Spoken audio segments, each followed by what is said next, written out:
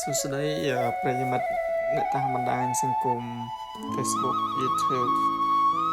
ហើយនិង TikTok ទាំងអស់គ្នានេះគឺជាផ្កាសាគុរ៉ាអ្នករស់នៅប្រទេសជប៉ុនឬមួយក៏ប្រទេសកូរ៉េប្រទេសចិនឬអ្នកដែលចូលចិត្តមើលផ្កាប្រកាសជាស្គាល់ហើយផ្កាសាគុរ៉ាគឺវាមានរូបរាងបែបនេះឯងជារៀងរាល់ឆ្នាំគឺថាចុងខែ3ឬមួយពាក់កណ្ដាលខែ3រហូតដល់ខែ4គឺផ្កាសាគុរ៉ាហ្នឹងវារីកចេញមក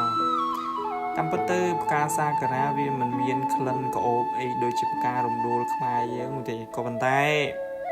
ធ្វើឲ្យផ្កាសាគុរ៉ាវាល្បីសុសសាយ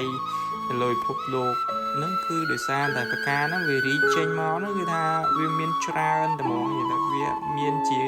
កញ្ចុំតែម្ដងវាស្អាតមើលទៅវាស្អាតគ្រាន់តែបើថាឲ្យក្អូបទៅជាផ្ការំដួលខ្មែរ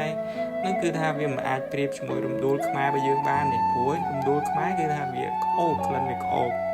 តែសាគុរ៉ាវាមិនក្អូបក៏ប៉ុន្តែវាចេញមកវារីស្គូស្គាយតែម្ដងវាមើលទៅគួរទាក់ទាញចង់និយាយចឹងចង់និយាយថាវាច្រើនវាអត់មានស្លឹកទេតែវាចេញផ្កាចេញមកទាំងអស់តែមកតែបើរំដួលខ្មែរយើងគឺថាមានផ្កាមានទាំងស្លឹកនៅជាមួយគ្នាអរគុណច្រើនបាយបាយ